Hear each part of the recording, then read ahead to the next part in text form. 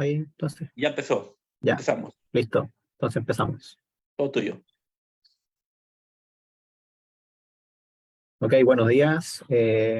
Bueno, como todos los sábados, tenemos charlas. Y en el día de hoy tenemos invitado al investigador de la Universidad Metropolitana en México, al señor Luis Ángel. Eh, Él es licenciado en Química Industrial de la Universidad de Veracruz. También es maestro en Ingeniería en Ambiental de la Universidad Autónoma de Nuevo León y actualmente está realizando su doctorado en la Universidad Autónoma Metropolitana en Ingeniería de Materiales en México.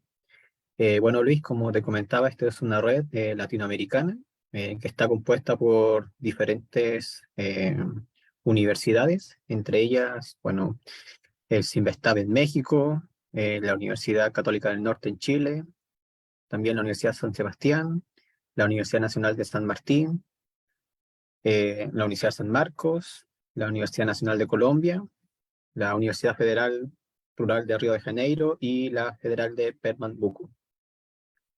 Al final, bueno, también tenemos algunos invitados, como mencionamos al inicio, de otros países, de la India y del Reino Unido, que al final te realizarán algunas preguntas respecto a tu charla. Entonces, con esa presentación, te dejo entonces ahí para que nos presenten la charla. Muchas gracias de antemano por estar acá. Ok, muchas gracias por presentarme. Voy a compartir mi pantalla. Me comunican si la pueden ver bien ya. Sí, se puede ver. Ah, ok. Muchas gracias. A ver, déjenme poner el láser. Ahí está. Y pues entonces voy a comenzar con esta plática.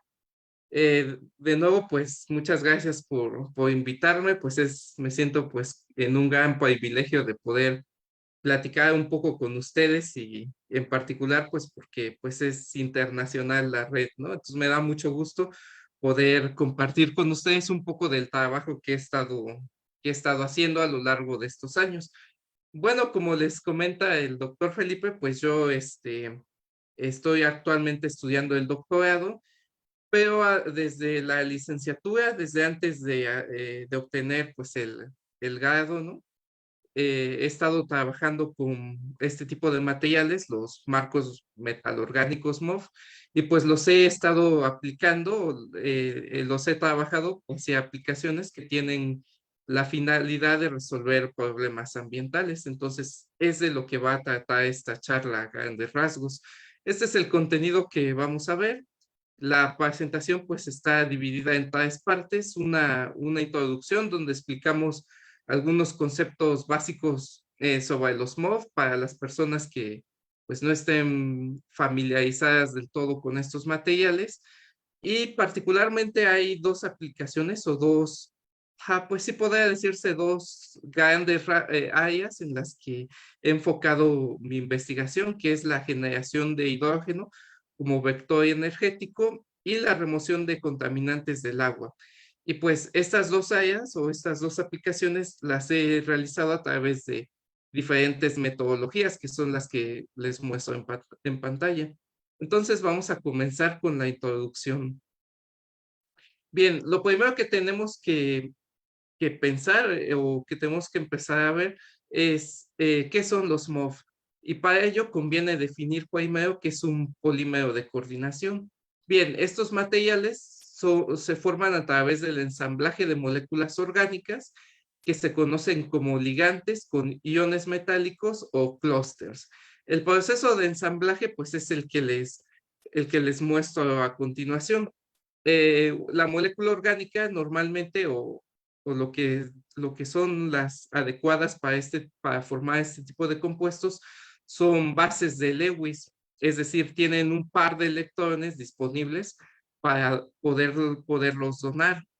Los metales, pues normalmente los que se usan pues son cationes, son ácidos de Lewis, donde básicamente pues tenemos una reacción ácido-base. La parte importante aquí es que el ligante es simétrico o usualmente presenta una simetría, como lo podemos ver aquí. Entonces, al momento de realizar la reacción ácido-base, pues tenemos la formación de un enlace, en este caso del nitrógeno al metal, y aquí también, o sea, en ambas direcciones. Como resultado, dependiendo del tipo de ligante y metodologías de síntesis y demás procesos, tenemos que se forman estructuras poliméricas infinitas como las que les muestro a continuación, las cuales pueden tener topologías en una, dos y tres dimensiones. Bueno, a mí me gusta mucho pensar en el ensamblaje de estos materiales como si fuera un Tetris, ¿no?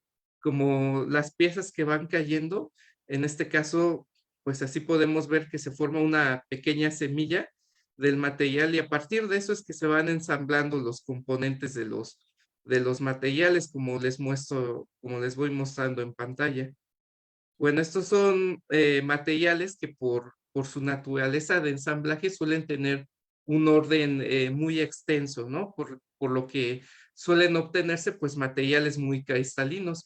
De hecho, este es un cristal de un MOF típico, la HQ1, y pues es lo que podemos ver, ¿no? Cómo se obtienen unos cristales pues que se ven muy padres, muy bonitos. Y bueno, por lo mismo, el método más común de caracterización de estos materiales es la difracción de rayos X para monocristal, ¿no? Actualmente ya hay disponibles técnicas, algunas otras técnicas, por ejemplo, a través de métodos cuánticos y con difracción de polvos también se pueden resolver o caracterizar estas estructuras.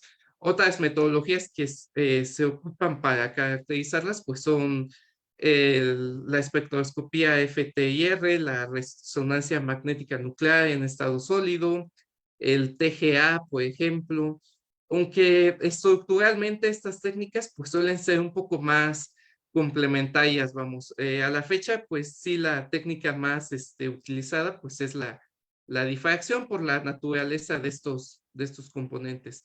Es muy importante pensar en el autoensamblaje, puesto que esto determina cómo se van a caracterizar. Un autoensamblaje, pues es necesario para poder obtener el monocristal y así caracterizar tu material nuevo, pues de la manera más sencilla, ¿no? Ya para materiales conocidos, pues lo que se hace es usar la difracción en polvos, ¿no? Y comparar los patrones reportados en la literatura con los que obtengamos. Bueno, esos son sobre los polímeros de coordinación y sobre cómo es que ocurre este proceso de autoensamble. Pero también tenemos que hacer una distinción entre lo que es un MOF y un polímero de coordinación.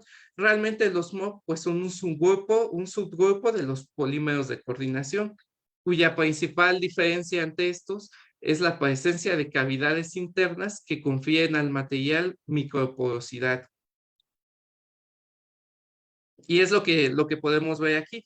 Como les mencionaba, pues el ensamblaje de los ligantes y los metales forma estructuras que pueden ser consideradas infinitas en diferentes topologías, pero también ese ensamblaje puede producir cavidades, pequeñas cavidades que se forman entre esas estructuras, ¿no? Entre los planos donde se van ensamblando, como las que les muestro aquí. Estos pues le confieren al material de espacio vacío.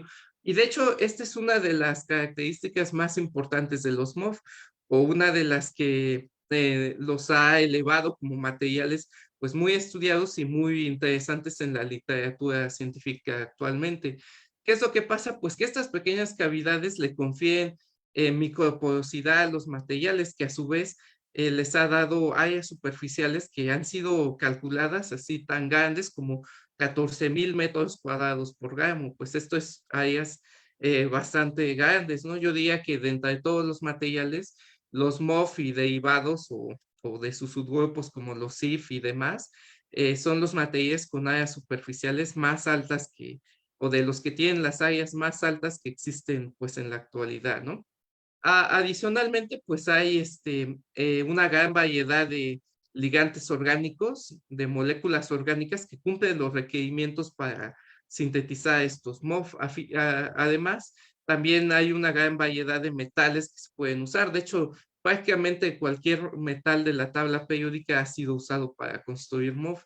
Y además de eso, todavía estas cavidades pueden ser aprovechadas para almacenar especies que pueden modificar las propiedades físico-químicas de los MOF. De esta manera, pues tenemos que hay una gran versatilidad de diseño en estos materiales, ¿no? O sea, prácticamente puedes seleccionar el ligante y el metal adecuados para que tú obtengas un material que pueda ser útil hacia una aplicación específica. O puedes tener un material de partida, en este caso este es el MOP5, y le puedes adicionar especies que modifiquen sus propiedades, encapsular especies, y que lo vuelvan útil hacia una aplicación donde antes pues sea inerte. Entonces de ahí el interés en los MOF. Hay diferentes tipos de síntesis de los MOF. La más común es la solvotermal. Esta pues prácticamente consiste en adicionar en un reactor solvotérmico los componentes disueltos y dejarlos a temperatura, explorando pues diferentes condiciones de síntesis, ¿no? Diferentes rangos de temperatura, diferentes tiempos de reacción y demás, ¿no? También está la metodología por evaporación lenta. Prácticamente todas las metodologías consisten en mezclar los componentes y pues esperar a que reaccionen, ¿no? Adicionándoles pues diferente energía en diferentes formas, ¿no? O utilizando diferentes fuentes de energía o diferentes tiempos y ensamblajes, ¿no? En este caso, nada más se mezclan los componentes y pues se deja a una parrilla evaporándose, ¿no? Para que lo que ocurre es que al irse el solvente, pues los componentes que se van a ensamblar se van acercando poco a poco hasta que se forman esas estructuras que les mencionaba. Pues es importante mencionar que estos dos métodos pues son muy buenos porque hacen que el ensamble sea poco a poco y entre más lento sea el ensamble, pues se forman materiales más cristalinos. La mecanoquímica es un ensamble más rápido.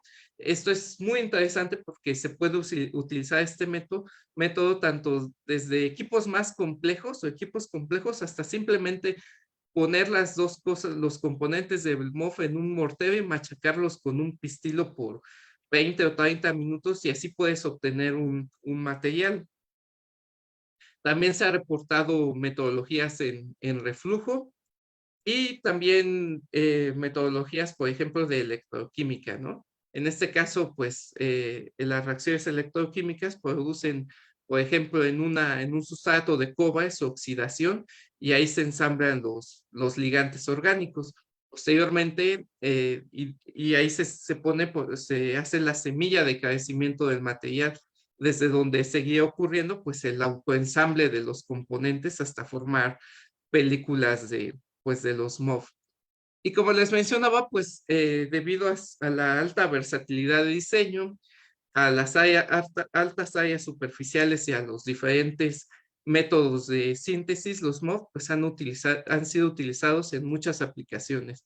Entre ellas las que les muestro en pantalla, sensores, captura de gases, biomateriales, captura de agua, remoción de contaminantes del agua, celdas solares, electrocatálisis, fotocatálisis. Y como pueden ver, pues muchas han sido destinadas hacia la resolución de problemas ambientales, que es de lo que vamos a hablar. Entonces, eso fue un poco sobre conceptos básicos sobre los MOF. Ahora vamos a platicar un poco sobre los MOF para la generación de hidrógeno. Y vamos a empezar con metodologías centradas en la electrocatálisis. Bien, lo primero que tenemos que mencionar es por qué es importante la generación del hidrógeno. Bueno, rápidamente les comento pues, que a lo largo de estos últimos años pues, ha crecido mucho la población, ¿no? Y esto conlleva un crecimiento también en la demanda energética. Lamentablemente, pues a la fecha, esta demanda energética sigue siendo cubierta en su mayoría por combustibles fósiles como el carbón, el gas natural o el petróleo. Y el uso de todos estos combustibles pues genera la generación de gases tóxicos al ambiente que, entre otros efectos, pues producen el calentamiento global, ¿no? Bueno, tendremos que preguntarnos qué tan factible es la energía solar para resolver este problema por sí sola. Pues como sabemos, recibimos una gran cantidad de radiación en la Tierra todos los días. Sin embargo, tenemos un problema con esto, y es que la energía solar tiene una naturaleza intermitente y fluctuante. ¿A qué me refiero? A que pues mientras el sol está en lo alto, podemos obtener la energía que necesitamos. Sin embargo, si por alguna razón dejamos de obtener esa radiación porque ya es de noche, porque las condiciones meteorológicas no son las adecuadas, entonces también dejamos de obtener la energía que necesitamos. Por lo tanto, necesitamos sistemas que sean capaces de almacenar esa energía. Una propuesta de un sistema que haga eso es lo que les presento a grandes rasgos, donde tenemos la energía solar generando energía eléctrica. A su vez, esta energía eléctrica puede ser utilizada para llevar a cabo reacciones químicas que produzcan un vector energético, es como el hidrógeno, es decir, un compuesto químico que sea capaz de almacenar esta energía solar a través de una metodología, por ejemplo, la fotoelectrocatálisis. Podemos almacenar ese vector que pues ya es un poco más fácil. Esto también se puede dar por baterías, aunque también pues es otro tema de investigación, ¿no? Que tampoco ha logrado su eficiencia. Entonces pues estas son otras propuestas.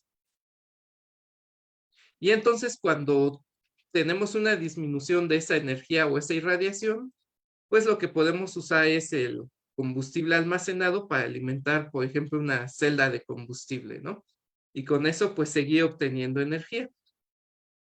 Entonces, prácticamente lo que les estoy presentando es la transformación de energía solar en energía eléctrica, que posteriormente se transforma en energía química y después se reconvierta a energía eléctrica.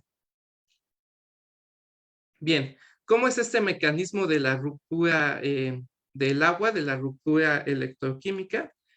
Tenemos prácticamente esta reacción, pues se divide en dos semireacciones. La primera es la que ocurre en el ánodo, en este caso es un proceso de oxidación. Aquí se los presento en una solución básica o en medio básico. Es lo que he estado trabajando más y una de las metodologías más comunes. Sin embargo, pues también se puede llevar a cabo en medio neutro y en medio ácido, ¿no? Pero pues aquí representativamente lo vamos a ver aquí. Entonces, en el ánodo lo que tenemos pues es la oxidación de 4 iones hidroxilo que generan oxígeno y una molécula de oxígeno y 2 moléculas de agua. Entonces, la oxidación genera electrones, pues que son transportados hacia el cátodo, donde tenemos la reducción del agua para generar el hidrógeno, ¿no? Esta reacción, pues, se conoce como OR, Oxygen Evolution Reaction, y esta como HR, ¿no? Hydrogen Evolution Reaction. Entonces, bueno, aquí se vuelven a formar iones de hidroxilo y continúa el proceso. Sin embargo, una de las limitaciones de esta reacción pues es el sobrepotencial necesario para llevar a cabo el primer paso de la reacción, es decir, el OR. Este es un parámetro crítico para desarrollar materiales eficientes. Pues a grandes rasgos, si no estamos muy familiarizados mm, con las metodologías o los procesos electroquímicos, pues el sobrepotencial es la energía que yo requiero para llevar a cabo esta reacción, teniendo en cuenta, pues, desde el punto de vista termodinámico ideal, cuál es la energía que llevaría a cabo un material ideal para llevar a cabo esta reacción. El segundo problema que tenemos es que los catalizadores que tienen un sobrepotencial muy bajo, pues son metales muy raros y costosos, ¿no? Tales como el rutenio, el iridio, el platino o el paladio. Entonces, de ahí la necesidad de explorar diferentes materiales que puedan satisfacer esas necesidades. Bien, pues, ¿de qué depende ese sobrepotencial? Tenemos diferentes factores, pero uno de ellos es qué tan bueno es un sitio activo para llevar a cabo para llevar a cabo esa reacción, ¿no? De la eficiencia de los sitios activos. Entonces, el punto de partida de la investigación centrada, o de la investigación que les voy a presentar, fue un trabajo reportado en la literatura, aquí está la referencia, que presentaba estos fenómenos, ¿no? Entonces, crear regiones electrodeficientes en un catalizador, pues es una estrategia para incrementar la eficiencia de la evolución de oxígeno. Por lo que les comento de que aumenta la eficiencia de los sitios activos. ¿Qué es lo que encontramos? Que el soportar nanopartículas metálicas en sustratos carbonosos, como por ejemplo el nitrógeno de carbono, promueve la transferencia de carga del sustrato hacia la partícula, como les muestro aquí, o de la partícula hacia el sustrato. Y eso pues modifica la densidad electrónica del sustrato y de la nanopartícula. Esto pues dependerá, cómo ocurre la transferencia de carga, pues dependerá tanto de la naturaleza de la nanopartícula como la del sustrato. Bien, los enlaces carbono-nitrógeno en particular son los que tienen la capacidad de llevar a cabo estos fenómenos de transferencia de carga hacia los orbitales vacíos de los metales de transición. Lo que podemos observar es que estas regiones electrodeficientes pues son regiones que son oxidantes más poderosos que si no tuvieran las nanopartículas. Entonces, de ahí que se propone que el llevar a cabo estos procesos, pues puede mejorar el sobrepotencial para llevar a cabo los procesos de oxidación que necesitamos.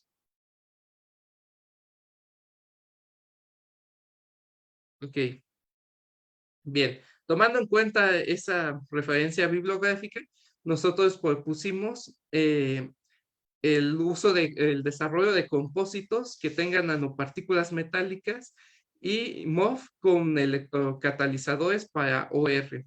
Este es un MOF que sintetizamos, desarrollamos en la Universidad Veracruzana y que está compuesto por dos ligantes orgánicos, dos moléculas orgánicas que les presento en pantalla, que tiene como fuente inorgánica cobalto y que se ensambla en estas estructuras tridimensionales que les presento en pantalla, obtenidas a través de la difracción de rayos X.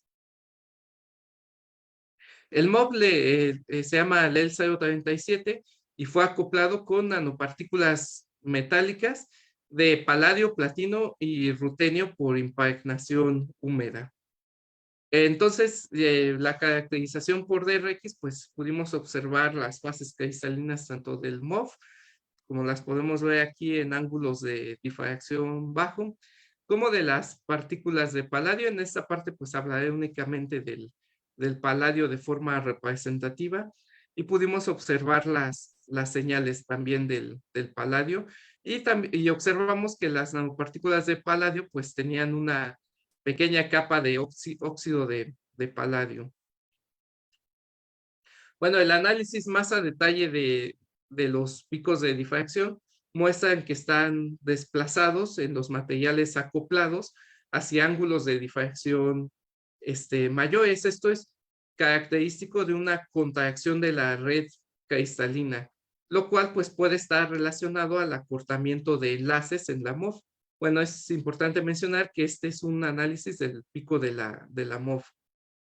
Y al mismo tiempo, pues esto nos indica que incluso si solo soportamos los materiales en las nanopartículas en la superficie de la MOF, pues tenemos una interacción fuerte, una interacción supramolecular fuerte, pues que es capaz de modificar, pues sí, la estructura, las propiedades estructurales de la MOF. Entonces, pues lo que nos sugiere esto, como les mencionaba, es un acortamiento de los enlaces. Eso hay que tenerlo en cuenta.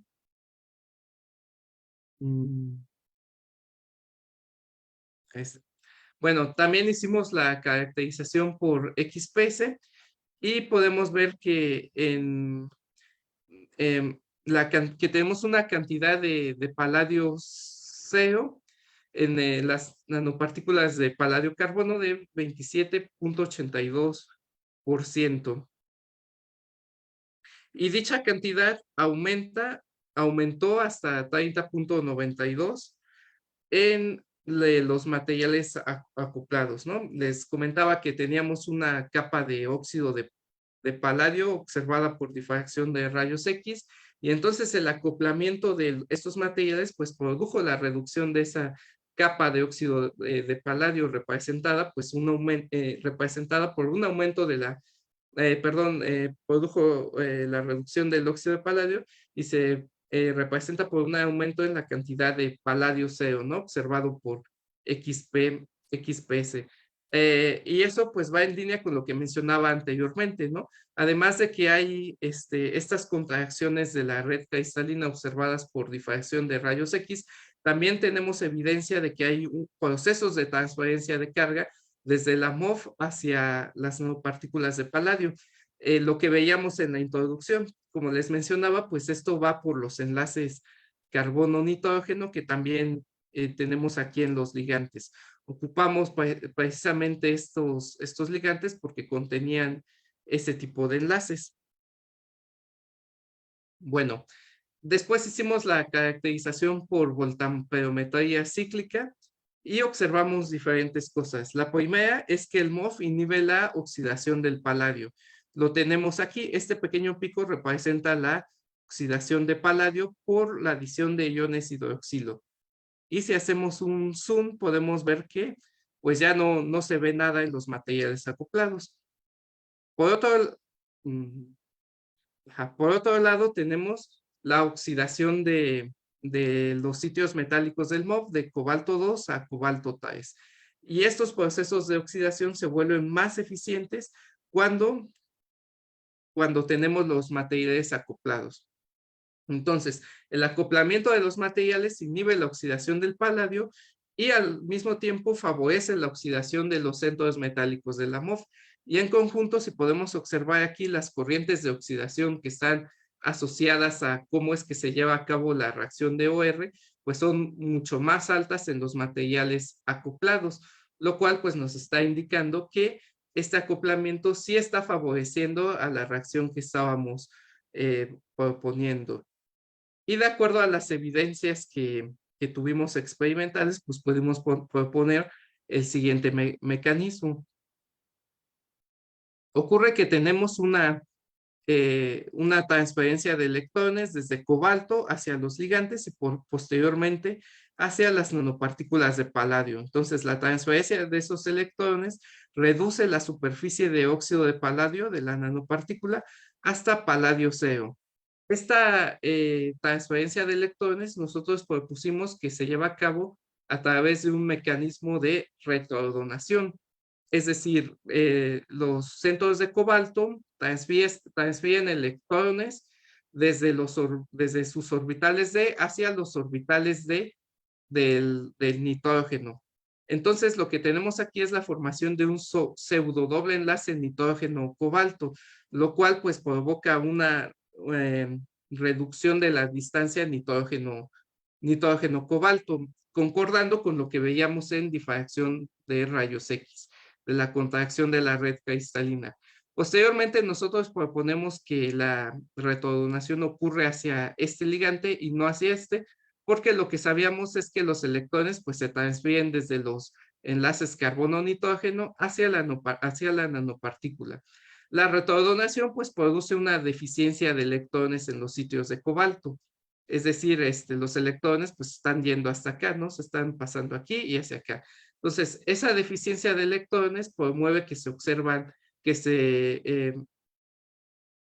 se absorban de manera más eficiente los iones hidroxilo, que si recordábamos, pues son los responsables o la materia prima con la cual se lleva a cabo el proceso de oxidación que genera el oxígeno y posteriormente las moléculas del agua que son reducidas. El mecanismo ya más a detalle del proceso de oxidación o de la OR es el que tenemos aquí. Entonces, el primer paso y más importante de acuerdo a todo este diseño del material, pues es la absorción de los iones hidroxilo en los sitios de cobalto con deficiencia de electrones, mejorados como sitios de oxidación. Posteriormente, pues tenemos la adición de un segundo ion hidroxilo para formar esta especie, una especie más oxidada, que puede seguir dos caminos: reaccionar con una segunda especie igual para formar, pues ya regenerar el catalizador y formar el oxígeno, o la reacción con otro ion hidroxilo para formar una especie de tipo peróxido que reacciona con otro hidroxilo y completa la reacción.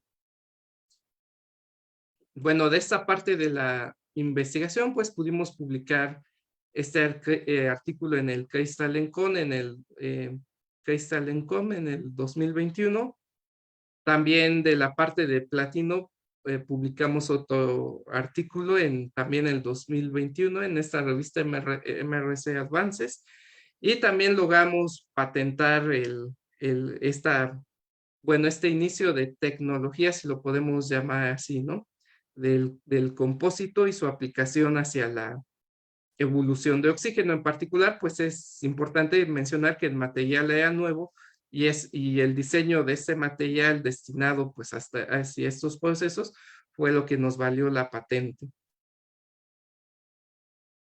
Bueno, continuando con MOFs para la generación de hidrógeno, ahora vamos a ver procesos de fotocatálisis. Bien, en la fotocatálisis pues es definida como el cambio de la velocidad de una reacción química o su iniciación bajo la acción de radiación ultravioleta, visible o infrarroja en presencia de una sustancia que se conoce como fotocatalizador. Algunos de los fotocatalizadores más comunes son óxidos inorgánicos como el dióxido de titanio, óxido de zinc, óxido de cobre, o perovskitas como el titanato de estroncio. El mecanismo de estas reacciones ocurre como les muestro a continuación. Sí, el primer paso de la reacción pues es la irradiación de luz sobre el material. Ahí se me quitó el láser. Esa radiación promueve pues la transferencia de electrones de la banda de valencia de un semiconductor a la banda de conducción, resultando en la formación de pares electrón hueco. Estos pares electrón hueco deben de estar en estados energéticos adecuados para que se lleve a cabo la reacción. Es decir, la banda de valencia debe tener un potencial de 1.23 volts contra el electrodo real de hidrógeno, y la banda de conducción un potencial de 0 volts al menos para que se pueda llevar a cabo esta reacción. Entonces, los huecos formados en la banda de valencia pues oxidan las moléculas de agua, y esto genera oxígeno molecular. Posteriormente, los electrones en la banda de conducción reducen los protones formados en el primer paso para así dar lugar a las moléculas de hidrógeno, que son las que podemos ocupar como vector energético. Para que este proceso se lleve a cabo de manera eficiente, requerimos, entre otras cosas, estas tres propiedades de un material, ¿no? Una eficiente absorción de luz, una buena separación de cargas y un uso eficiente de las cargas que se generan. Vamos a platicar un poquito más a detalle sobre esto a continuación. Bien, entre las estrategias para mejorar la absorción de luz en el visible del espectro electromagnético, las estrategias, ¿no? Bueno, la región en la que un material absorbe luz pues está determinada por el valor de la banda prohibida del material. Pues la banda prohibida pues es la distancia energética que hay entre la banda de valencia o valence band hacia la banda de conducción o conduction band. Si esta distancia es amplia, de una manera general podemos decir que mayor a 3 electronvolts, los materiales tienden a absorber en la parte V del espectro o cercano a esa parte. Si el band gap es mayor que 3 electronvolts, pues de manera general podemos pensar en materiales que tienden a absorber más hacia la región visible del espectro. En este caso, la conjugación de una molécula puede determinar su valor de band gap. siendo que a una mayor conjugación tenemos menor band gap. La conjugación pues es el número de dobles enlaces que podemos encontrar en una molécula. Particularmente, pues los colorantes suelen tener band gaps pequeños, como el naranja de metilo o el azul de metileno. Por lo tanto, algunas de las estrategias comunes para mejorar la absorción en el espectro visible es acoplar moléculas de colorantes, sensibilizar, se llaman sensibilizadores, a los materiales que son capaces de llevar a cabo, pues, las reacciones de evolución de hidrógeno. Bien, entonces en este caso nosotros propusimos este tipo de acoplamientos de colorantes, que en este caso el azul de metileno y el naranja de metilo, con una MOP de zinc formada por el ligante bencén dicarboxílico y pues el zinc, ¿no? Entonces, prácticamente el esquema propuesto es aquí, donde es el que les muestro en pantalla, donde la irradiación de luz se lleva a cabo, es captada por las moléculas sensibilizadoras, en este caso los colorantes. Estas transfieren electrones hacia la MOF, que lleva a cabo pues los procesos de oxidación y reducción necesarios para la generación de hidrógeno, al tiempo que estas moléculas pues son degradadas. Todo esto se lleva a cabo in situ, por así, de manera in situ, y pues es importante mencionar la parte de la degradación, puesto que estos, además de, o sea, estos colorantes también son contaminantes muy comunes encontrados en el agua. Entonces, atacamos dos problemas al mismo tiempo. Degradamos compuestos pues, que son tóxicos para el ambiente, a la vez que nos ayudan a generar energía o vectores energéticos. Bueno, la caracterización por UV-Vis de los materiales acoplados nos mostró que si bien el band gap o esta banda de absorción está relacionada con el band gap de la MOF puramente, BDC5, pues no es alterada. Es decir, el acoplamiento de los MOF, de los compuestos del MOF con los colorantes, no modifica las propiedades físico-químicas del MOF puramente, sino que añade nuevas, ¿no? O sea, no está modificando el band gap original, sino lo que está haciendo es agregar nuevas bandas de absorción, nuevas transiciones energéticas que precisamente caen en la región del espectro visible.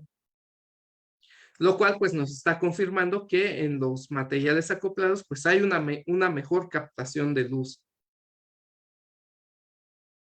Y como resultado de ese acoplamiento, pues pudimos ver un incremento bastante importante de la producción fotocatalítica de hidrógeno.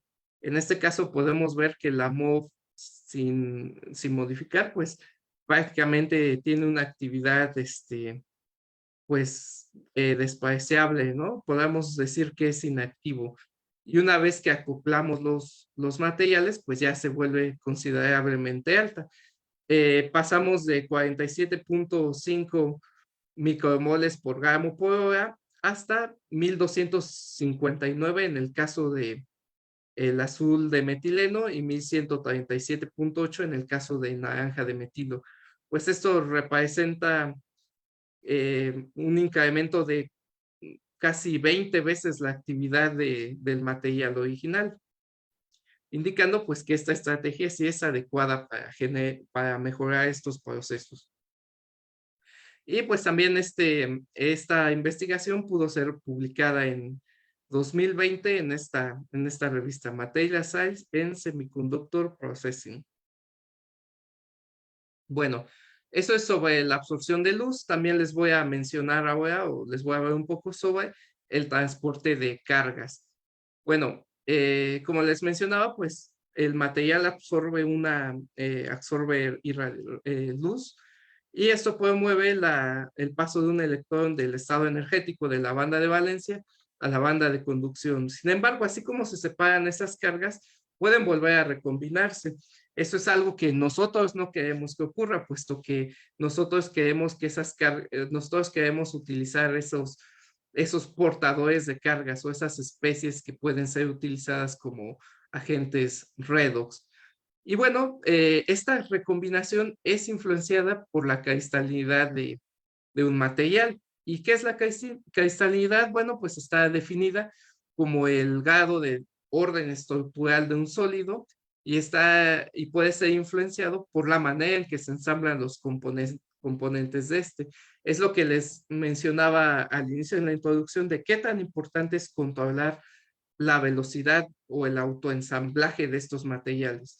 Y aquí les presento cómo sería un material cristalino, donde es pues algo que se podría considerar con un alto grado de perfección, ¿no? Donde los enlaces están todos de una manera muy homogénea. En contraste, pues un material amorfo es donde tenemos diferentes defectos. ¿Qué tipo de defectos? Bueno, que el metal se reemplace por otra especie, que en la cavidad tengamos la inclusión de otra, pues de otra especie, que tengamos la ausencia de alguna especie en el entorno de coordinación, o que el ensamblaje de los componentes pues ocurra de maneras diferentes, de dos maneras diferentes. Eso pues promueve efectos en la red cristalina y baja la cristalinidad. Tomando en cuenta eso y las metodologías de síntesis, nosotros propusimos el estudio de dos metodologías para el polímero de coordinación MC8, con la finalidad de estudiar el efecto de las cristalinidades, el efecto de la cristalinidad en las propiedades fotocatalíticas de los materiales obtenidos. Las dos metodologías fueron la evaporación lenta y la mecanoquímica. Y esta es la estructura de la MOF. Esta está compuesta por el polímero piperidina, por zinc, por iones acetatos y coordinados al zinc también.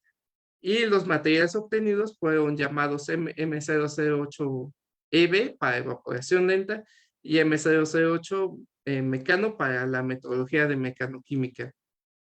Les presento la caracterización por rayos X en polvos, donde los dos materiales sintetizados pues coinciden con el patrón teórico, la simulación,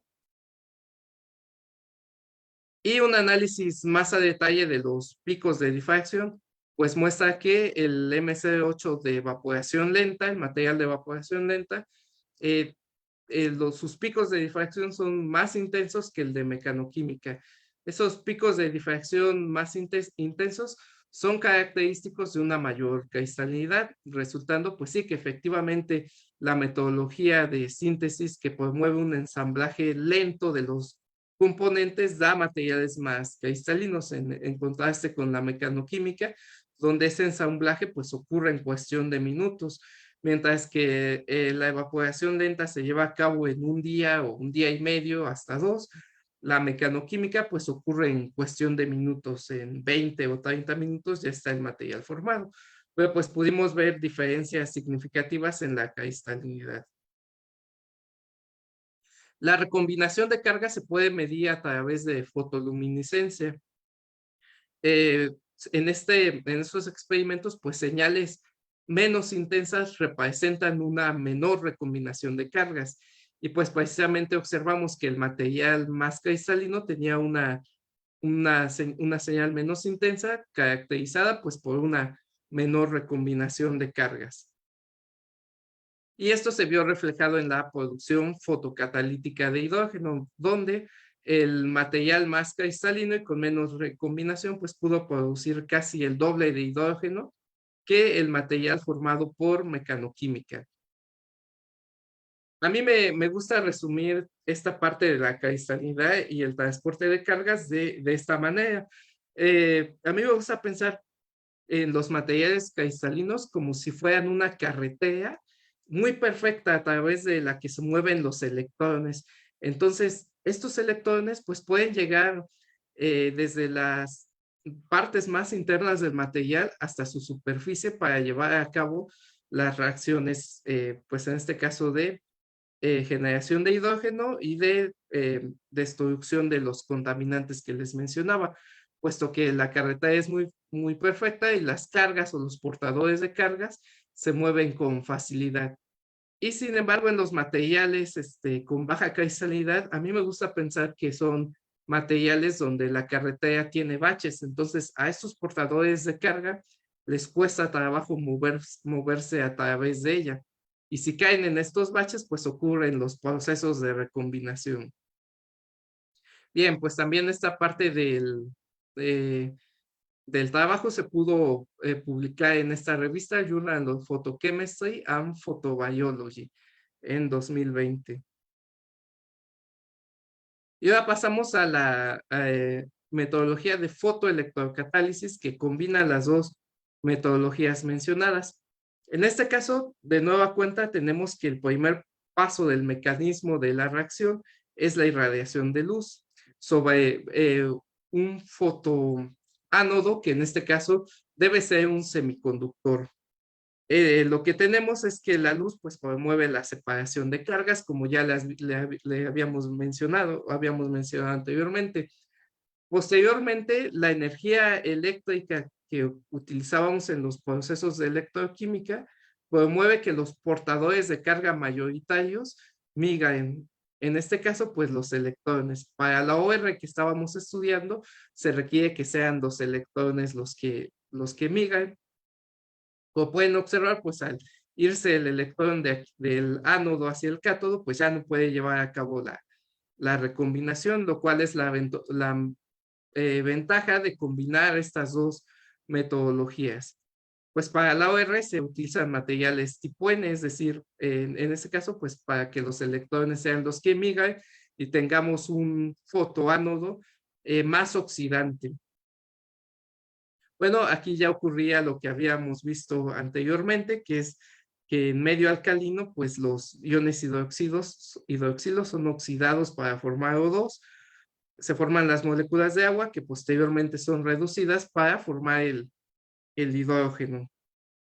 Y de nueva cuenta, se requiere la combinación de las propiedades que veíamos anteriormente, la buena absorción de luz, la baja recombinación y también bajos sobrepotenciales. Bueno, volvemos un poco hacia esta diapositiva sobre las estrategias para mejorar la absorción de luz en la región visible del espectro electromagnético. Teníamos de dos, o sea, la primera es modificar este valor de band gap del material que ya tenemos sintetizado, y la que les presenté anteriormente es la de no modificar este valor en un material, sino acoplarlo con algo que ya tenga un band gap más estrecho. Sin embargo, nos queda la pregunta, ¿cómo es que podemos modificar este valor de band gap? La respuesta es que es modificando la energía de las bandas de valencia y la banda de conducción. ¿Y de qué depende esta energía? Pues de la densidad electrónica de los átomos que conformen estas bandas o estos estados energéticos. En particular, podemos ver que si hay una alta densidad electrónica en los átomos que componen la banda de valencia o la banda de conducción, la energía de estos estados tiende a subir. Si tenemos una baja densidad electrónica en los átomos que componen las bandas, la energía tiende a bajar. Pues como podrán observar, lo que más desearíamos es que los átomos que conforman la banda de valencia tengan una alta densidad electrónica para que ésta suba y se estreche el band gap, al mismo tiempo que los átomos que conforman la banda de conducción tengan una baja densidad electrónica para que este estado baje y se estreche el band gap, ¿no? Pasando de esto a esto. Bien, tomando en cuenta esa información, nosotros decidimos aprovecharla para sintetizar algunos modelos que pudieran cumplir con esas hipótesis, ¿no? O con esa, pues sí, con esa información que vimos en la bibliografía. Esos materiales los llamamos cobalto MOF1 y cobalto MOF2. Y lo interesante es que están compuestos por los mismos componentes, en este caso bipidina, ácido aminoisoftálico y cobalto. Y únicamente variando la temperatura de síntesis en un proceso solvotermal, obtuvimos dos materiales diferentes, que son los que les presento a continuación. Es decir, nada más lo que les comentaba, ¿no? La energía promueve un ensamblaje diferente y es lo que observamos. Bueno, tienen diferencias en sus sistemas cristalinos, uno es monoclínico y otro es triclínico. También tienen diferencias en los grupos espaciales, en la cristalinidad, el tamaño del cristalito. Y pues en general también diferencias en sus propiedades estructurales.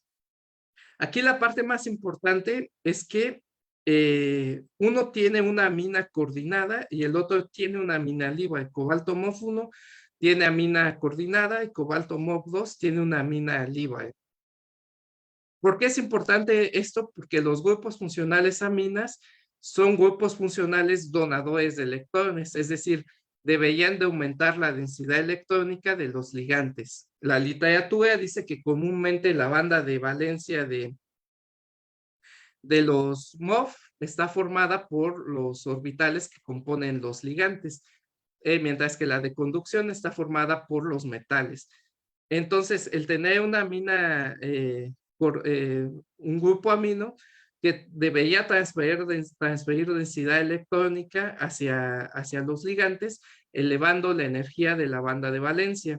Sin embargo, si la amina está coordinada, es como si fuera un candado que evita que transfiera los electrones hacia los ligantes, en contraste con lo que observaríamos si la amina está libre. Y pues por espectroscopía UV-Vis sí pudimos determinar diferencias en los band gap de los materiales. Cobalto MOF1 con la amina coordinada, es decir, con ese candado que evita que esa amina transfiera densidad electrónica, tiene un band gap de 2.7 electronvolts. Mientras que en cobalto MOF2, donde esa amina podemos considerar que el candado está abierto, tiene un band gap más estrecho de 2.1 electronvolts, en concordancia pues con la información que les había presentado antes. Decidimos construir modelos computacionales. Aquí son los modelos propuestos, que son representativos de las estructuras de los materiales. En esta parte de la investigación, todavía no aprendíamos a hacer los cálculos de sólidos periódicos. Actualmente estamos empezando a explorar un poco más sobre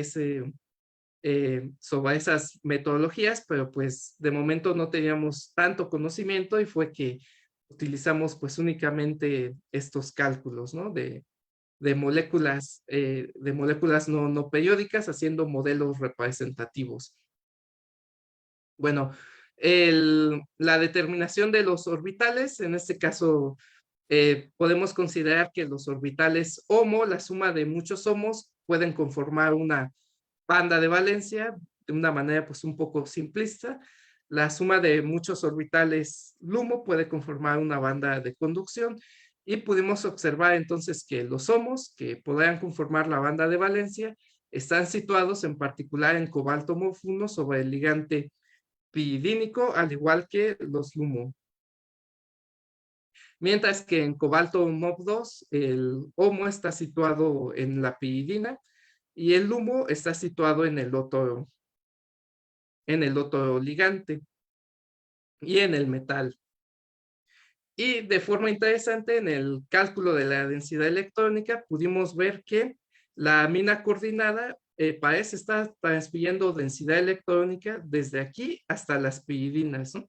Sabemos que en este caso, pues los colores rojos, amarillos, son representativos de una mayor densidad electrónica, mientras que los colores azules, verdes, de una menor densidad electrónica.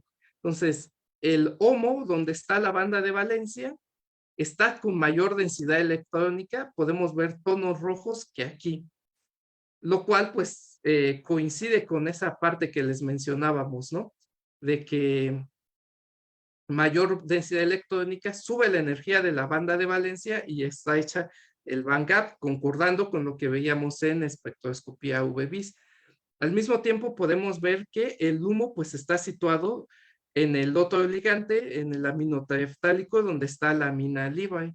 Y precisamente en ese ligante podemos ver una menor densidad electrónica representada por tonos azules, donde está la mina en comparación con el cobalto MOF1. Es decir, le dimos al blanco, ¿no? Hicimos chuza porque a la banda de conducción, que representada por el humo, le bajamos la densidad electrónica, y a la banda de valencia se la subimos. Este es un esquema de, bueno, el cálculo de potencial a través de métodos electroquímicos, donde efectivamente pudimos ver cómo el HOMO o la banda de valencia subió, mientras que la banda de conducción bajó ligeramente, explicando así el estrechamiento del band gap. Y como resultado pudimos obtener una corriente fotoelectroquímica mayor en el material cobalto MOF2. ¿Qué es lo que pasa aquí? Bueno, al realizar todos estos procesos óxido-reducción obtenemos corrientes. Si son positivas, están asociadas a la cantidad de huecos que se producen. Si son negativas, están asociadas a la cantidad de electrones que se producen. En este caso, pues el cobalto MOF2 es un material tipo N, es decir, los electrones se nos están yendo del fotoánodo hacia el cátodo, hacia el cátodo, y por lo tanto en el fotoánodo tenemos corrientes de oxidación asociadas a los huecos, que es lo que tenemos aquí. Estas son pues mayores en el cobalto MOF2 que en el cobalto MOF1, puesto que el cobalto MOF2 aprovecha mejor la luz visible. Y pues también esta parte del trabajo o este trabajo fue publicado en el 2022 en esta revista Sustainable Energy and Fuels. Y bueno, ya pasamos a la última parte de la plática. Hablaremos ahora sobre la remoción de contaminantes del agua. También tenemos dos procesos, que es la fotocatálisis y la absorción. Bien, así como les mencionaba que las bandas de valencia y conducción deben tener diferentes potenciales para llevar a cabo la reducción de los protones y la oxidación del agua para generar el oxígeno y el hidrógeno. Otros estados energéticos o otros potenciales pues promueven la formación de diferentes especies redox que pueden ser ocupadas para la degradación de contaminantes.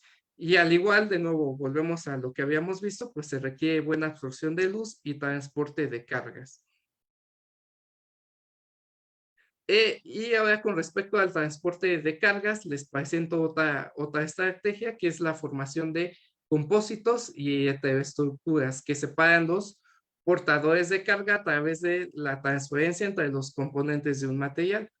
Bueno, lo que tenemos aquí es que a mayores potenciales de los electrones tienden a ir de potenciales de reducción más altos hacia potenciales más bajos. Entonces tendríamos que serían transferidos hacia aquí. Mientras que los huecos tienden a ir de potenciales de oxidación más altos hacia más bajos. Como les mencionaba, pues, bueno, esto que les menciono, las especies redox se acomodan de tal manera que son colocadas en estados de menor energía. Y al irradiar la luz, pues tenemos la separación de las cargas. Podemos pensar en la transferencia hacia una banda de conducción con un potencial de reducción menor, y una vez que ocurre esto, pues ya no se puede regresar de aquí para acá para que ocurra la recombinación, que es lo que queremos. En este sentido, nosotros desarrollamos este tipo de este compósito formado por la MOF-LEL 037 que les mencionaba y una perovskita. En este caso, el circonato de estroncio, con la finalidad de promover esos procesos de transferencia de carga y disminuir la recombinación. Aquí por SEM, pues claramente podemos ver que es un acoplamiento superficial. Sin embargo, la caracterización por IR nos indica que la banda de absorción relacionada a los enlaces circonio-oxígeno está desplazada hacia números de onda mayores en el material acoplado. Este desplazamiento está caracterizado por una mayor densidad electrónica. Es decir, El L037 pues está transfiriendo electrones hacia el circonato de estroncio. Y de nuevo por fotoluminiscencia pues pudimos observar una menor recombinación debido a este proceso de transferencia de cargas. Y a su vez esto nos sirvió para hacer la degradación de índigo carmín y pues sí pudimos ver una mejora en el material, por ejemplo en el circonato sin acoplar fue de 51% la degradación, mientras que en el material acoplado subió a 69%. En la fotólisis pues no pudimos observar una degradación significativa. También este trabajo fue publicado y ya finalmente pasamos a la parte de la absorción. Bueno, la absorción la podemos definir como un proceso superficial que involucra la transferencia de moléculas desde un fluido hacia la superficie de un sólido, como lo que mostrábamos aquí.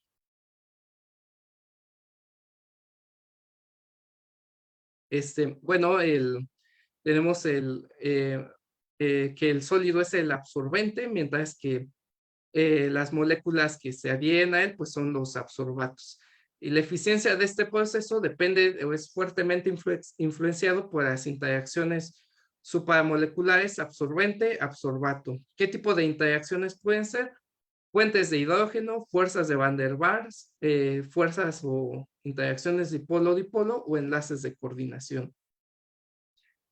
Nosotros tratamos de aprovechar al máximo o maximizar estas interacciones para diseñar estos materiales.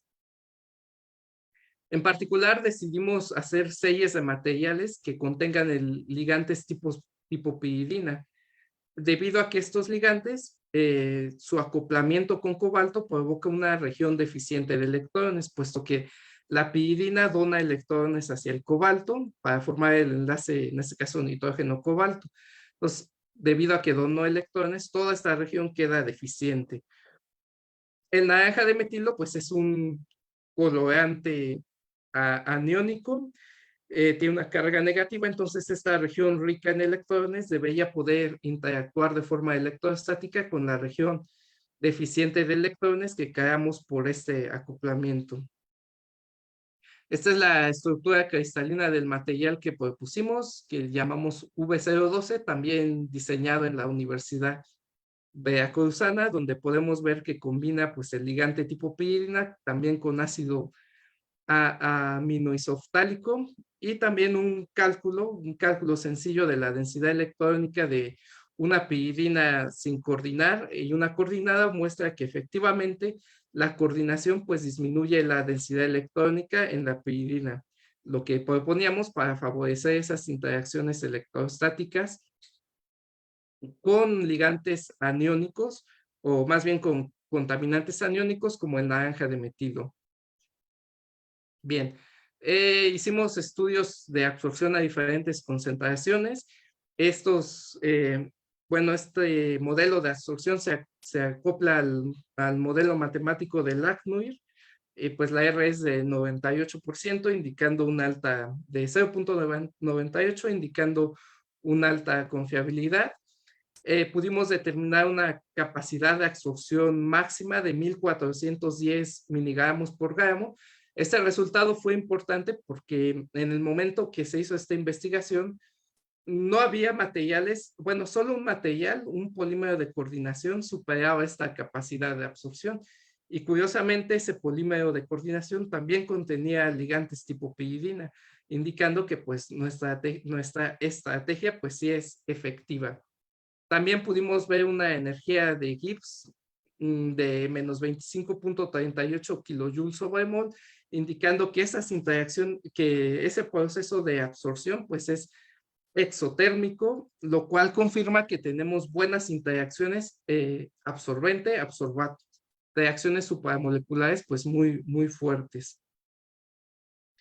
Y también la cinética de absorción pues indicó que en poco tiempo, en 10 minutos aproximadamente, ocurre la absorción.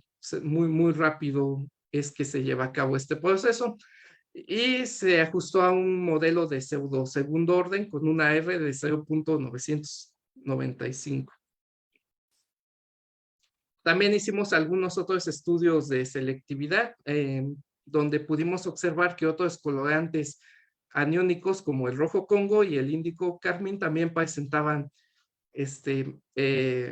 absorción, el material también tenía una absorción importante de estos contaminantes, mientras que un colorante catiónico como el azul de metileno, pues no tenía, era mucho menor la eficiencia, demostrando la importancia de la interacción que habíamos mencionado, la interacción tipo dipolo-dipolo.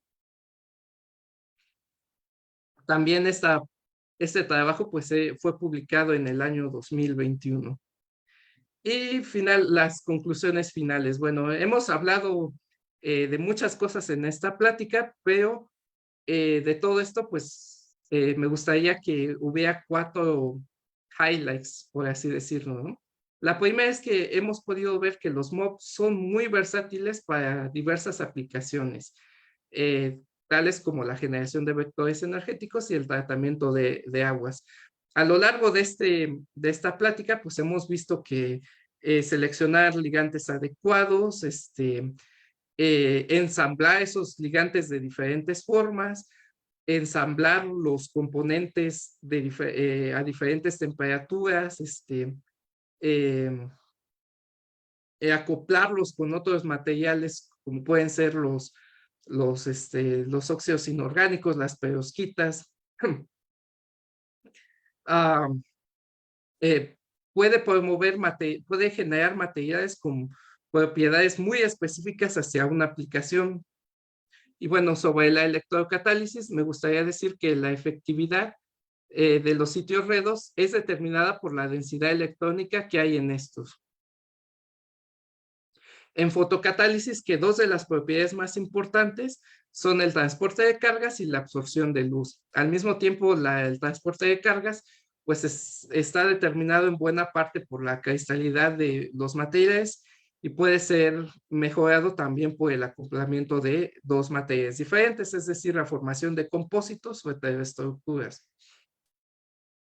Mientras que la absorción de luz está directamente relacionada al valor de la banda prohibida, y a su vez esto está relacionado a la distribución de la densidad electrónica en los materiales. Y finalmente que en los procesos de absorción se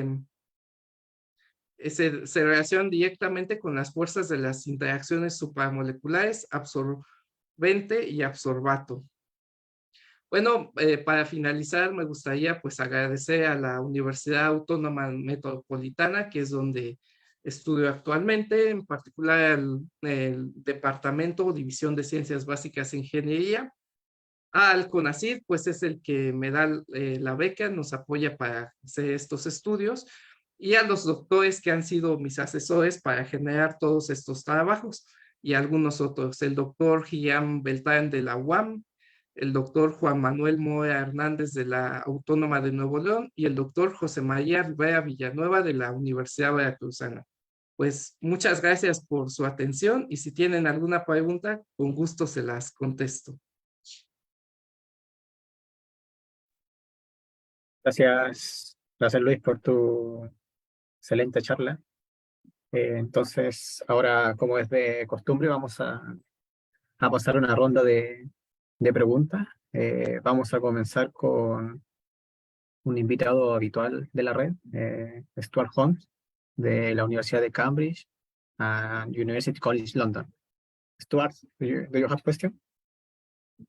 Thank you, Professor. Very interesting talk. I have just 2 more general questions. You showed the current voltage characteristic. Is that transport mechanism understood? I mean, it's certainly non-ohmic. It looks like the current is exponentially dependent on the voltage. Is that process understood in your materials?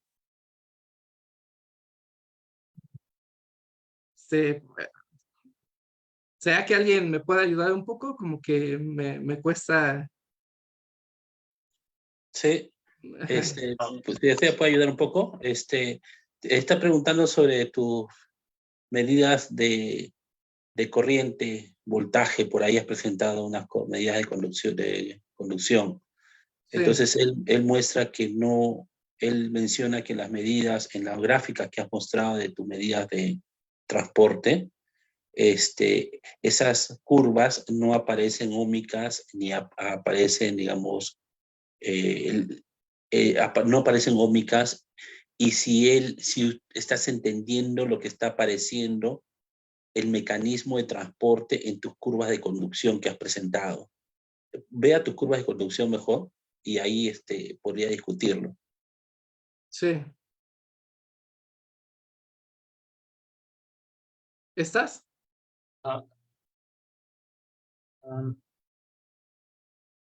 It was one before that.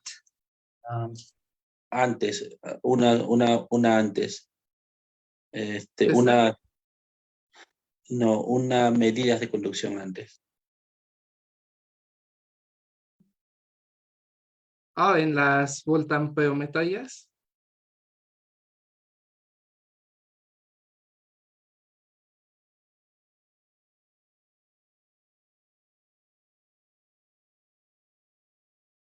This one.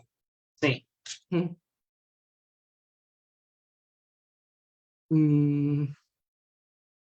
Como But no. Ajá. So the current is very flat and then it increases. Maybe it's stronger than exponential. ¿Me puede ayudar a traducir? Primero empieza flat, o sea, plano, y luego exponencialmente sube. Ah.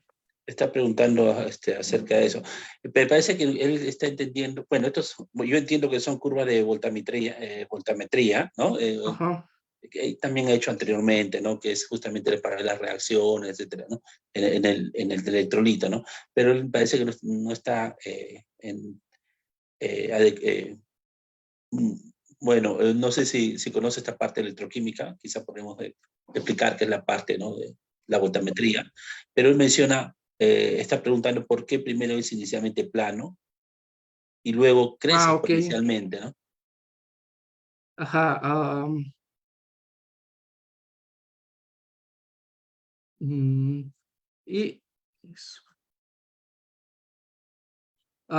Is flat in this part because at this potential there is not a redox process.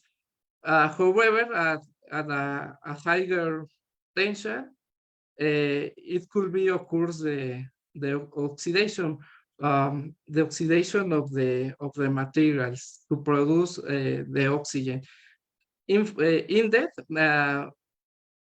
I mentioned it in the before that the overpotential for the materials. The peak, when the peak is in a lower potential, the overpotential is lower, whereas when the peak is where peaks appears in higher potential, the overpotential is higher. So just in this part there is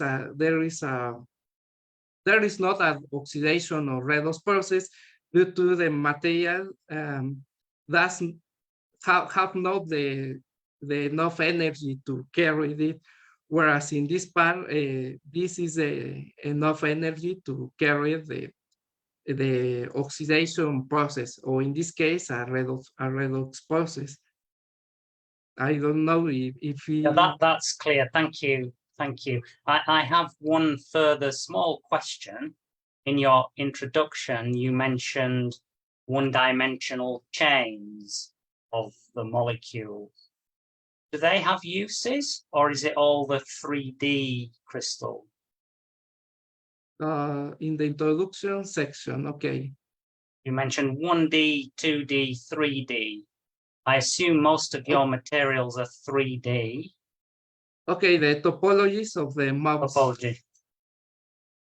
This part. Yeah.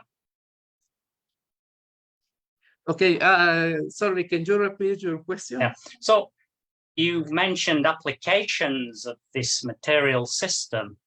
are there applications for one-dimensional structures, for chains? Do they have applications? I know they're easier to model. Okay, application related to each topology. To 1D topology. I don't sure.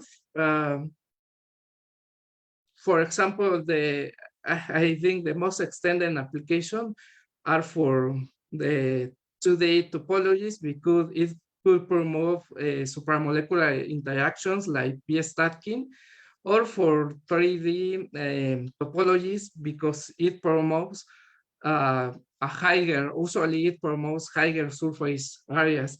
However, for 1D topologies, Thank you, Professor. All right.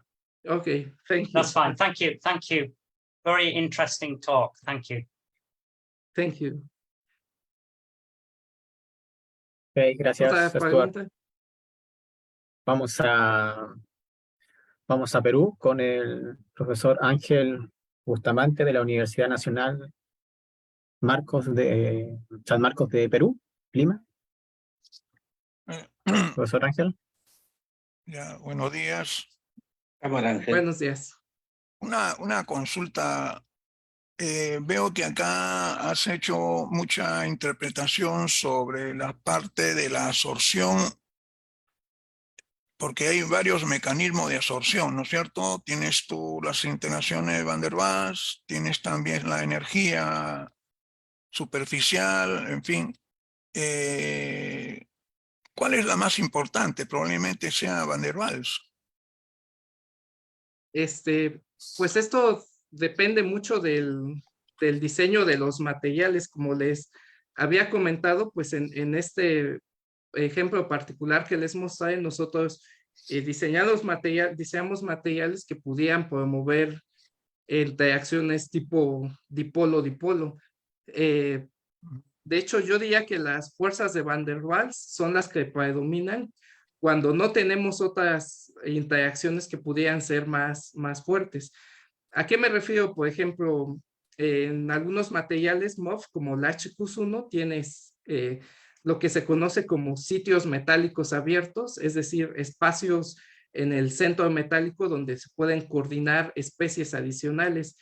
En este caso, pues los colorantes, ya vimos el naranja de metilo, tiene especies aniónicas que pueden coordinarse hacia esos sitios metálicos abiertos. Entonces, en este caso, predominarían los enlaces de coordinación. También, si tenemos, podemos funcionalizar algunos materiales para tener donadores o aceptores de protones y entonces favorecer así la creación de puentes de hidrógeno. Entonces, realmente, pues depende, cada sistema es particular y dependerá de su diseño cuáles son las interacciones más fuertes o más relevantes. Yo diría que si tenemos un material que no está funcionalizado, que no, pues que no tiene sitios metálicos abiertos y demás, un material más simple, es ahí donde las fuerzas de Van der Waals son más predominantes.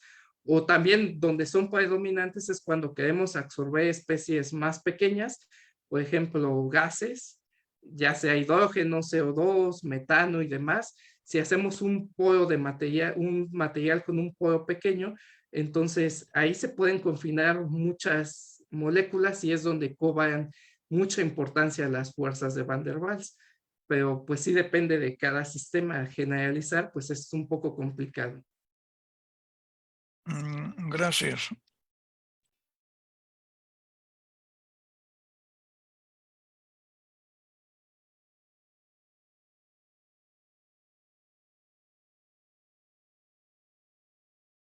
Felipe, tu micrófono. ¿Sí?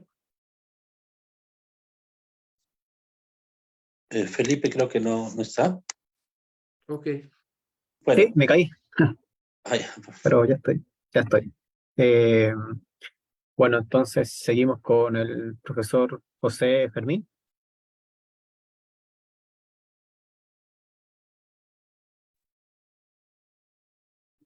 Luis, gracias por tu presentación. yo tengo una inquietud con relación a la capacidad o la eficiencia de lo propuesto por ustedes en el tratamiento de agua, ¿no?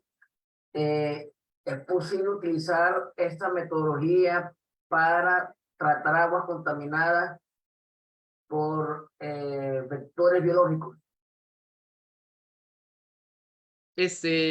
Para vectores biológicos, yo diría que la más adecuada es la fotocatálisis, porque como le mencioné, diferentes potenciales de... depende de la energía, diferentes potenciales de la banda de conducción y banda de valencia, pues generan todas estas especies radicales, las cuales pues son muy útiles para destruir la membrana celular, ¿no? De bacterias y otros organismos. Entonces, si yo quisiera hacer el tratamiento de aguas, pues me iría por esta metodología de fotocatálisis de aguas para contaminantes biológicos. Sí, te lo pregunto porque donde yo vivo, Maracaibo, tenemos un lago, es el lago de Maracaibo, uno de los mayores lagos de América del Sur. Y Sí. Desde hace aproximadamente un mes se ha contaminado con una cianobacteria que ha puesto el agua verde. Y bueno, y está matando algunas especies, sobre todo las que viven más en la superficie. Eso parece que es debido a la actividad industrial en la costa, ¿no? Entonces, por eso de ahí mi pregunta. Sí, yo creo que sí se podría. Sí, pienso que sí sería factible. Nada más ahí el detalle, pues es que como la parte más ingenieril o técnica, ¿no? Que lo que se tiene que hacer en ese caso, pues es hacer películas, porque no se puede echar el fotocatalizador al agua como tal, a la fuente de agua, porque después recuperarlo, pues es un problema, ¿no? O sea, sí se podría, o sea, sí podría eliminar la bacteria, pero sacarlo, pues es complicado, ¿no? Otra situación que veo, pues un poco difícil es cómo destruyes esa bacteria sin afectar al resto pues de flora o fauna que esté presente.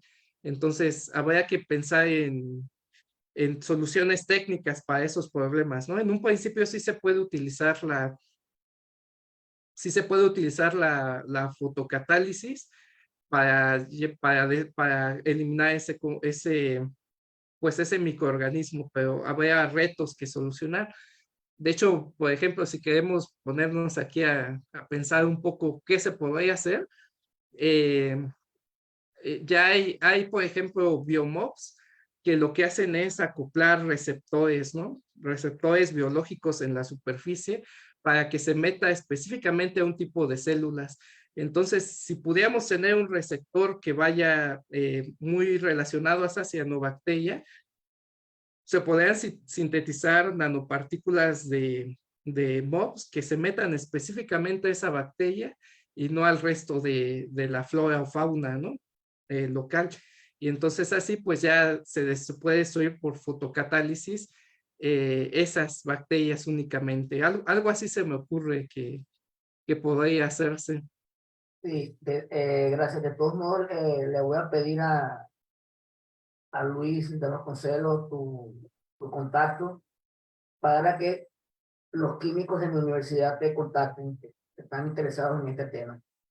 Muchas gracias. Sí. Gracias, Luis Ángel. Gracias, Felipe.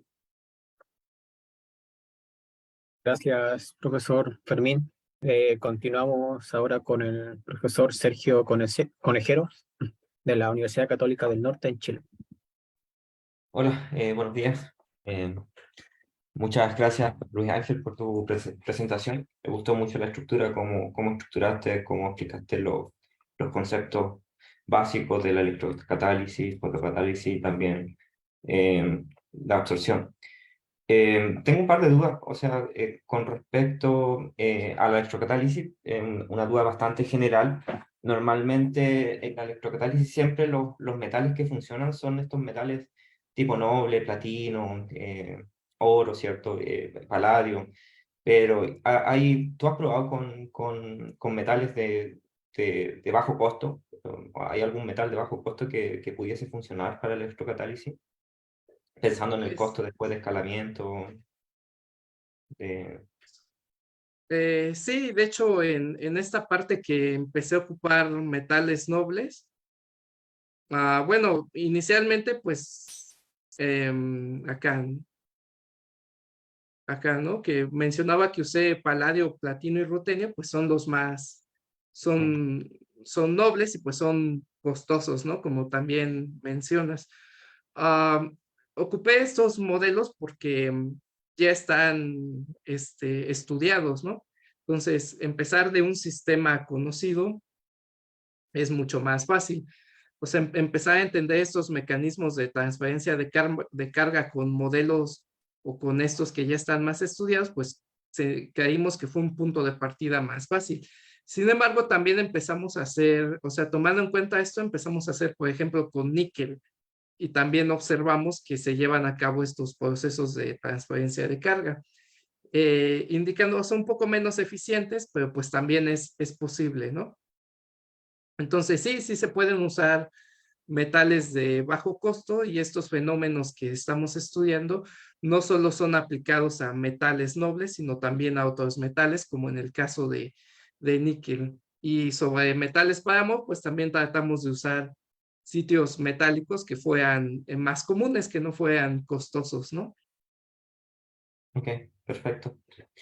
Em, Después, cuando hablaste de fotocatálisis, hablaste del cobalto MOF2, que tenía Sí, un bandgap de aproximadamente 2,1, entre 2,1 electron volt, ¿cierto? sí, En realidad, aquí está. ¿es posible medir saber si es bandgap directo o indirecto así con precisión, experimentalmente? Yo, la metodología que conozco para hacer la determinación es por métodos computacionales. En este caso, lo que tenemos que hacer es el cálculo de la estructura de bandas y con eso pues ya nos dice claramente si es directo o indirecto. Experimentalmente, la verdad no conozco metodologías. En este caso, lo que empezamos a hacer fue pues a través de referencias bibliográficas, fue que lo colocamos como indirecto, ¿no? Pero sí, el método más usado pues es el cálculo de la estructura de bandas. Ya, sí. Sí, experimentalmente, mediante reflectancia difusa, normalmente a veces tratan de ver si es directo o indirecto por la pendiente. Ahora no me acuerdo en detalle del nombre del método, pero sí, yo he escuchado que experimentalmente no es tan fácil medir si es de bandgap directo o indirecto. Pues es igual por esta metodología de los gráficos de PAUC, pero no sé, como mencionas, es complicado, ¿no? O Sí. sea, mm, no sé, para mí lo ideal pues sería hacerlo teóricamente y ajustarlo con los resultados experimentales, como que, bueno, en mi percepción y lo que he visto, pues no es de tanta confiabilidad hacerlo únicamente por PAUC. Sí, no, yo lo sé porque normalmente los experimentales siempre lo muestran, o sea, lo hacen, pero después no lo publican. Siempre como que dicen, no, que parece que es de directo, indirecto, pero finalmente nunca sale publicado en los papers. O sea, no. Es como una guía, pero bastante cualitativa, ¿no? Sí, Em, la verdad, sí. y con respecto a los cálculos de FT, me gustaría saber un poquito más del detalle de los cálculos. Yo sé que fueron cálculos moleculares, que básicamente hiciste un cálculo tipo clúster, ¿no? Cortaste el MOF. Ah, ¿Y qué funcional usaste? O sea, asumiendo que fueron cálculos de FT. sí, esta investigación pues ya lleva un poco de tiempo. No recuerdo muy bien el funcional y la base que utilicé. Quizá fue el beta sleeve, no estoy del todo seguro ya, pero si quieres te puedo pasar el artículo y pues ahí viene en general qué funcional se usó y qué Ah, ya, base, perfecto. ¿no? Ok, sí. Generalmente, ¿cierto? Esos cálculos de clúster van bien, o sea, va a tener un entendimiento así muy cualitativo, ya en este caso, como lo que explicaste tú. Pero claro, estaría bien que hicieras cálculos periódicos, quizá utilizando funcionales em, híbridos, ¿cierto? Que dan una solución ad hoc al problema del Van Gat, te dan una reproducción relativamente buena. Y de ahí puedes hacer una relación estructura-propiedad para entender, ¿cierto? Lo que es el Van Gat, el alineamiento de las bandas de valencia y conducción con respecto, ¿cierto? A los potenciales redos de la reacción que tú quieres llevar a cabo, si es para producir hidrógeno o para descontaminar. Y también puede hacer cálculos de masa efectiva, constante dieléctrica, para entender un poco el proceso de recombinación. Ya eso sería... Supongo que estarás colaborando con gente que te ayuda a hacer esos cálculos, ¿no? Sí, de hecho, pues yo la verdad soy más experimental que teórico. Recientemente, en esta parte del doctorado es que quiero sumergirme más en la química computacional. Como mencionaba, pues ahorita últimamente ya hemos estado empezando a trabajar con cálculos en sólidos periódicos, ¿no? Entonces ahí es que voy a aprender un poco más sobre eso a lo largo del doctorado. Y como mencionas, pues sí, estoy colaborando con el doctor Felipe. También estamos haciendo ese tipo de cálculos de masa efectiva. También intentamos calcular los potenciales redox, ¿no? A partir de los cálculos.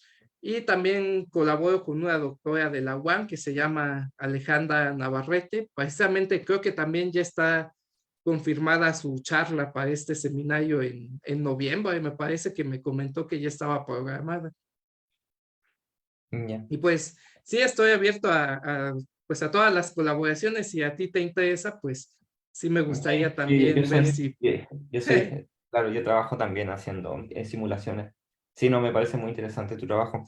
Y la evolución de hidrógeno, ¿cómo la mides a todo esto experimentalmente? ¿Cómo se mide la evolución? Porque tú muestras el gráfico, utiliza un potenciostato, ¿cómo mides la evolución de hidrógeno?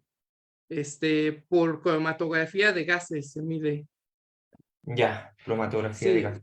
Ya. lo que tenemos es un reactor, un pequeño reactor donde se irradia la luz, y ese reactor está conectado al cromatógrafo de gases. Entonces ahí es que vamos midiendo cada media hora, o dependiendo del experimento, la cantidad de hidrógeno que se va generando. Ah, perfecto. Ya, y por último, para terminar con en la parte de absorción, cuando hablas de absorción de contaminante orgánico, me gustaría saber, porque tú mostraste un fiteo, un fiteo em, del ANWI, ¿cierto? Pero normalmente cuando uno hace estos estudios de absorción hay mucho empirismo, ¿no? Entonces, claro, la gente que hace esto tiene muchas isotermas de absorción. Entonces, ¿cuántas isotermas tú probaste? O sea, ¿cuántas isotermas, cuántos modelos de isotermas probaste para hacer el ajuste de los datos? Sí, los más comunes que se ocupan, pues es el de Lackmuir y el de Feinrich, ¿no? Sí, Entonces, sí, la verdad nada más vi esos dos, y pues dije el de Lackmuir se está ajustando pues porque, muy porque la bien. gente que Ya fue el trabaja que en fue. isotermas tienen a veces como 30, 40 modelos así de ajuste, o sea, por eso Eh, o sí, sea, también, el del ángulo va relativamente bien, pero te digo, o sea, si probaste esos dos nomás que son los famosos. eh, sí, es que, ajá, sí, sí, sí. Lo que pasa es que para estos trabajos, pues, ya se ha visto, o han probado varios y han visto que el de Lackmuir se ajusta bien, ¿no? O sea, como que hay trabajo previo donde se ha explorado un poco más esa parte, y pues han visto que el de Lackmuir es de los que sale mejor, ¿no?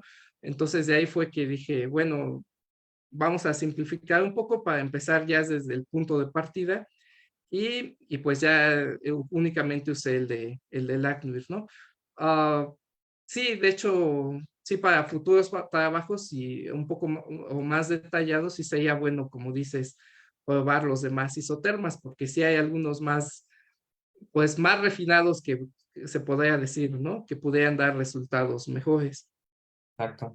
Y para el delta G supongo que hiciste isotermas a distintas temperaturas, ¿cierto? Hiciste isotermas a distintas temperaturas y de ahí calculaste el delta G. No, de hecho se puede sacar por Lagnuir la energía libre de Gibbs. No recuerdo muy bien la ecuación, pero tiene que ver con la constante de Lagnuir, ¿no? Me parece que es logaritmo natural de B, de la constante. No recuerdo bien, pero sí hay una ecuación que relaciona directamente la constante obtenida por Lagnuir con Sin hacer variaciones de temperatura. sí se intentó hacer, pero lamentablemente por la infraestructura que teníamos, pues estaba complicado, porque el detalle es que es muy sensible la parte de variar la temperatura. Entonces, teníamos problemas de que se evaporaba, de que la absorción ocurría muy rápido. No sé, técnicamente fue muy complicado y al final pues ya no decidimos explorar esas otras metodologías. La variación de la temperatura lo que nos hubiera ayudado es determinar de la energía libre de Gibbs cuánto es la entalpía y cuánto es la entropía. Entonces esa fue la parte que ya no pudimos determinar y nos Vale. quedamos únicamente con el puro valor de la energía libre de Gibbs. Ya, y por último,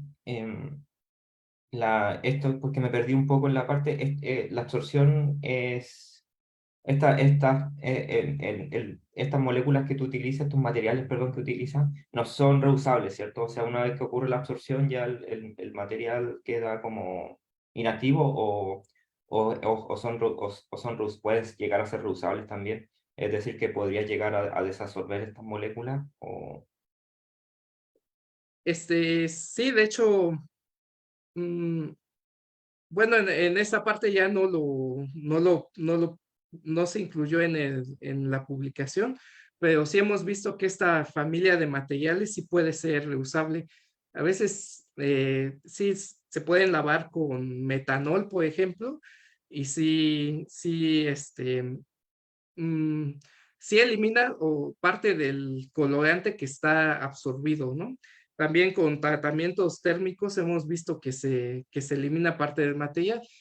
Se va perdiendo poco a poco la capacidad de seguir absorbiendo, pero sí tienen cierta reusabilidad.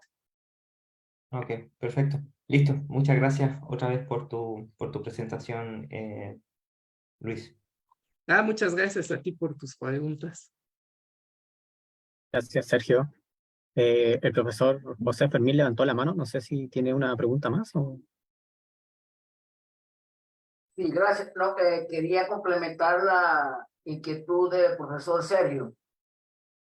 Sí, y ahí coincido con Luis Ángel, determinar si una brecha directa o indirecta por métodos de estos de potencial no es fácil.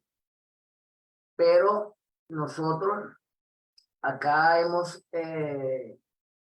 publicado algunas cosas donde se diferencia la brecha directa de indirecta por métodos propiamente ópticos, por ejemplo, transmisión y reflexión, ¿okay? A través de una esfera integradora.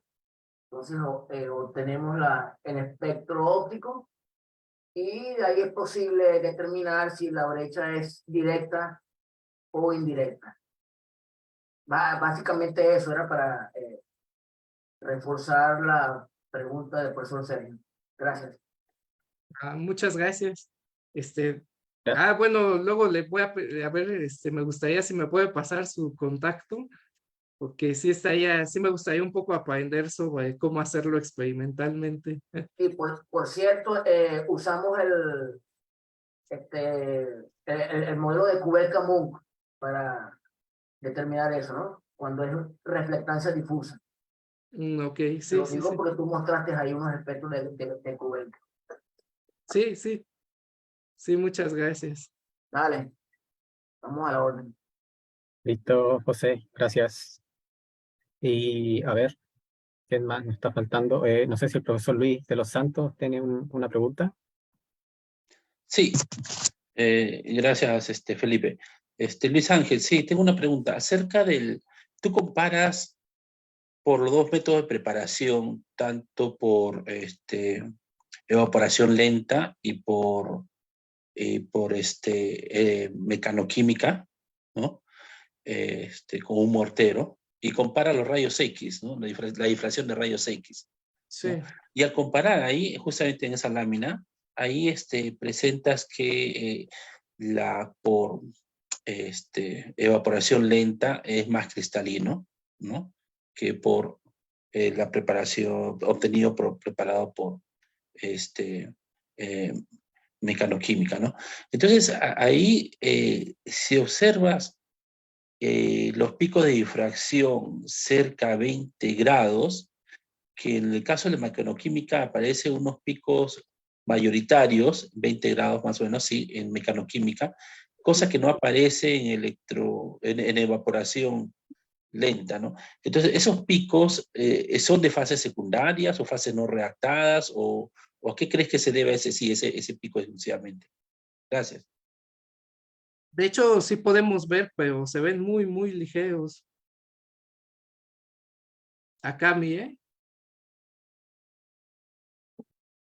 No, Quiere decir que ahí entonces tiene que esa orientación cristalográfica se observa mejor con lo obtenido en el mortero que con evaporación lenta, o sí, ¿cuál es la interpretación? probablemente estamos formando planos preferenciales al cambiar la metodología de síntesis.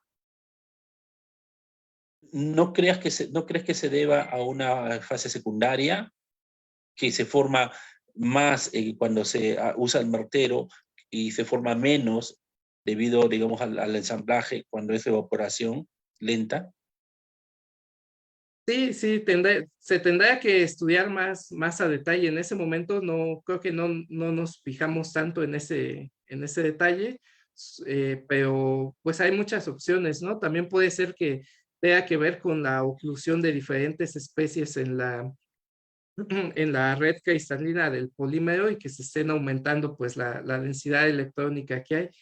Como usted menciona, puede ser que se esté formando una fase adicional. El detalle de la formación de la fase adicional, pues es que no vemos tantos picos extra, ¿no? Como para decir que pudiera haber algo, y pues coincide con estas pequeñas señales que tenemos aquí.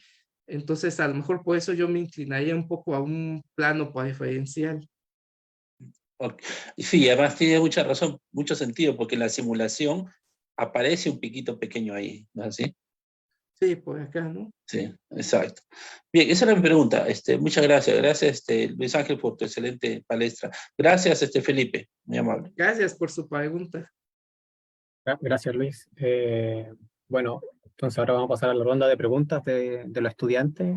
No sé si en Perú, Colombia, hay dudas de los estudiantes que nos podrían comentar. Jimena. Gracias.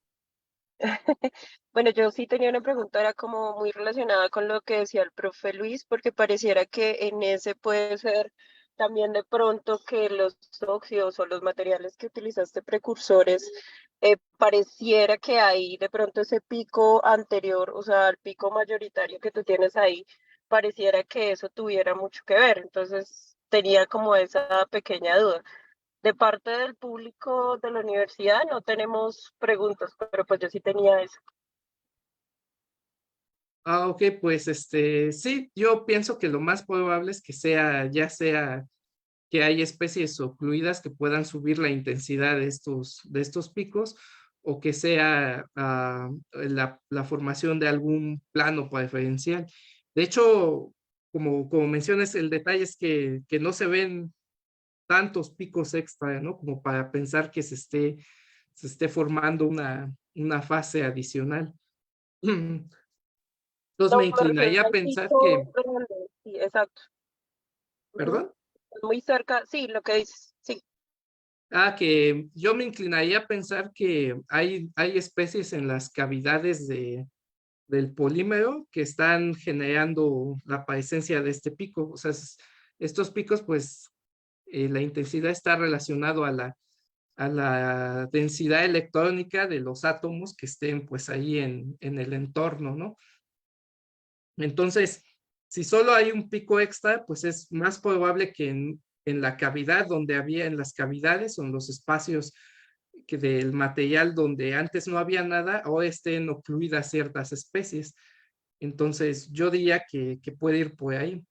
Por lo que te comento, que no veo tantos picos adicionales como para pensar en una fase extra. En todo caso, tendrá que ser algo pues muy cristalino, ¿no? Pero pues no tenemos, o sea, no se podrían formar otros óxidos o cosas así porque pues es a bajas temperaturas y realmente lo hice utilizando la fuerza de mi mano, ¿no? Entonces, no creo que haya energía suficiente para formar, por ejemplo, un óxido de zinc o alguna especie de ese tipo. Gracias. No tenemos más preguntas del público de la Universidad Nacional de Colombia. Muchas gracias, profesor. Gracias por tu Gracias, gracias pregunta. Jimena. James, por allá, James Godoy, ¿hay preguntas por allá? Gracias, profesor Felipe, por el pase. Saludos, Luis.